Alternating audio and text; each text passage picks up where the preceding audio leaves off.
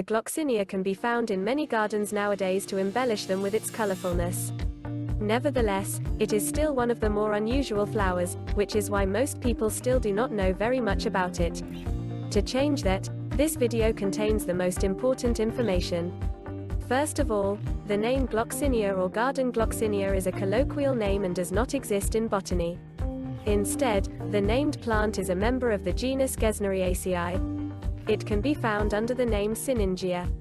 Sinningia is a plant that grows mostly quite herbaceous or in semi-shrubs on rocky ground.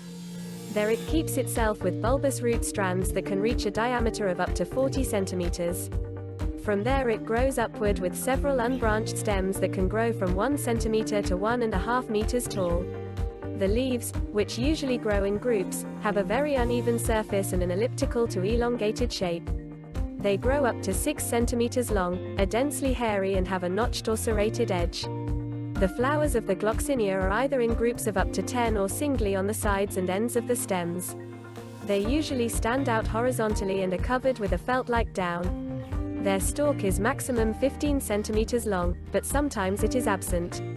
The shape of the flower itself resembles a funnel or a bell. Inside it are the reproductive parts.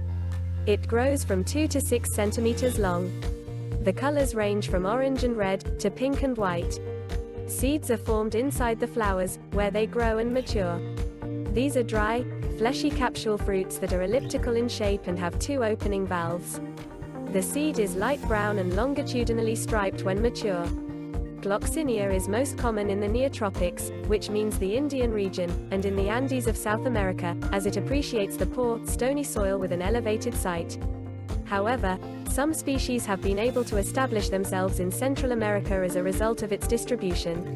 Nowadays, however, it can be found in all parts of the world, where it is cultivated by botanists, but also by enthusiastic gardeners.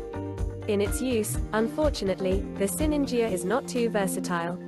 Since it neither tastes good nor can help to cure or alleviate diseases, it is still used only as an ornamental plant. This plant was first introduced as a genus of its own in 1825 by Christian Gottfried Daniel Nies von Essenbeck in his Annales des Sciences Naturelles. Its name is intended to honor the head gardener of the Botanical Garden in Bonn, Wilhelm Sinning.